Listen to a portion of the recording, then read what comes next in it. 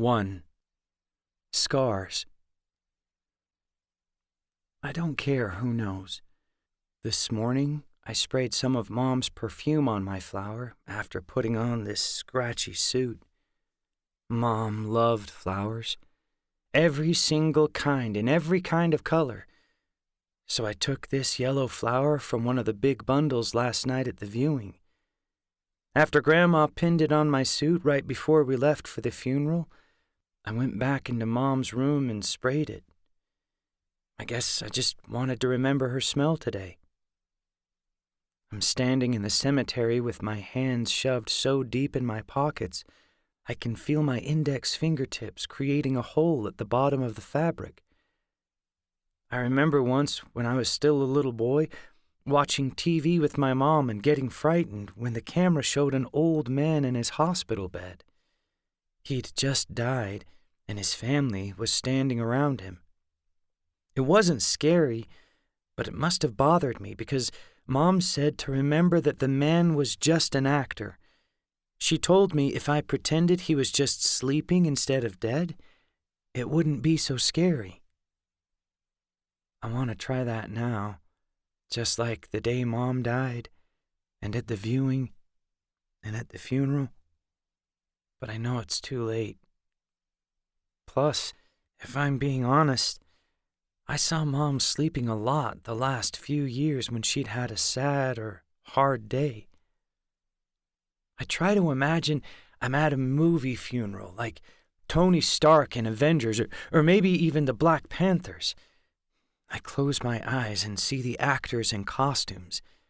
I picture them laughing between takes, and there are cameras and crew everywhere. I like how it all feels so pretend.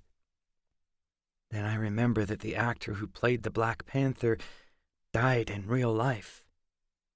And that brings me back. I open my eyes again, and I know I'm not in a movie.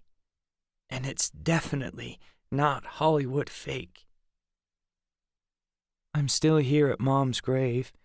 Even though grave sounds like what you call it when the grass has grown back over and the tombstone is here, there's no grass at Mom's grave. Just a flimsy plastic thing with Mom's name on it and the date she was born and the date she died. There should be more time between those dates. You don't have to be an adult to know that. At first, I thought the dirt was piled up too high, but when I asked Jeeps, he said that was normal. It would settle. I told him dirt is dirt and that nothing was normal about this. Then I told him I didn't think I'd ever settle. There are graves all around me, hundreds, maybe more.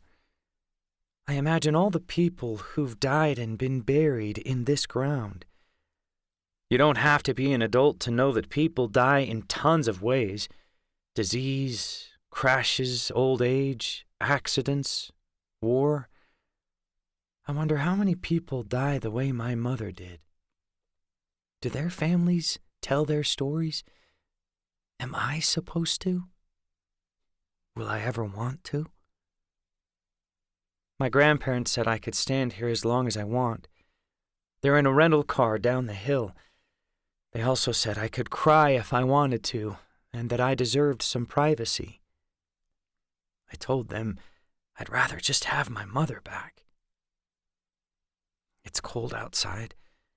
Pretty cold for December in North Carolina, don't you think, son? At least that's what the adults mumbled when they didn't have anything else to say. At the viewing last night, I told some guy that I didn't know because I wasn't some old TV weatherman and maybe he should just watch the news. I thought it was actually sort of funny. My grandmother did not. I reach up and feel the bandage on my face. It's on my right cheek, running up and down. The top of the tape isn't too far below the circles under my eyes. Mom used to say I came by my eye circles honestly, whatever that means. She said they're darker when I'm tired or don't sleep well. Right now they're so dark I look more like a raccoon than a 12-year-old. I've been wondering how long this scar will take to heal. The doctor said probably months, not weeks, because it was pretty deep. I haven't even looked at it yet. My grandparents say they know a good doctor in Utah who will look at it when we get there in a few days. They said it like doctor was supposed to be the most important part of that sentence, and not Utah. After a few more minutes by myself, I see my grandma walking up the hill toward me. She's wearing this black sweater and wrapping her arms around herself like she's giving herself a hug. Mom and I call her Memes, and my grandpa, we call Jeeps. Memes is getting closer, and I can see the air blowing out of her mouth as she walks. It's like little tube clouds that disappear before you even get to enjoy them. She's right next to me now, her arm around me. Warm. Doing okay, Shane? I nod back because I heard someone say this morning at the funeral, sometimes that's all you can do. Ready to go? She asks. I shrug, because that feels more like truth than nodding. She pulls me in a little tighter, and I can smell the perfume on her, too. I close my eyes and pull a piece of her baggy sweater over my face. I'm pretty short for being 12, one of the shorter kids at school, and I notice this sometimes when Memes or Jeeps are close. Everyone says my time will come to be the tallest in the family. But will it? I'm trying so hard not to cry right now, and it's harder than I thought.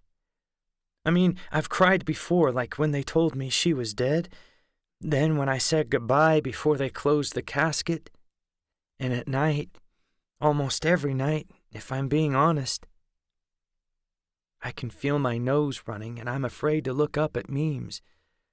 I'm afraid of what she'll think, or say, or both. She kisses my forehead again. This is okay, she says. Feeling this, I feel it too. I'm full on crying now. It's barely been a week since Mom died, and I guess I forgot sometimes that Jeeps and Memes lost someone too. Losing a mom is hard, but maybe losing a daughter is even harder. When I stop crying, I let go of her sweater and stand up straight. My cheeks are wet and cool. My hand goes back to my bandage. My fingers run across the edges of the white tape and on top of the cotton strips. Memes wipes a tear that's stuck at the corner of my mouth. It tastes salty and sad. Then she puts her hand on mine as I still trace the edges of the bandage on my cheek. Will it heal? I ask. What? She says, but I know she heard me. Will it get better? Will it heal? The scar? Memes smiles, not a big one with teeth showing, or the kind that stretches up to the wrinkled corners of her eyes, but a tiny smile I can barely see. Then she pulls me in again, and I think I hear her whisper, "Which one?"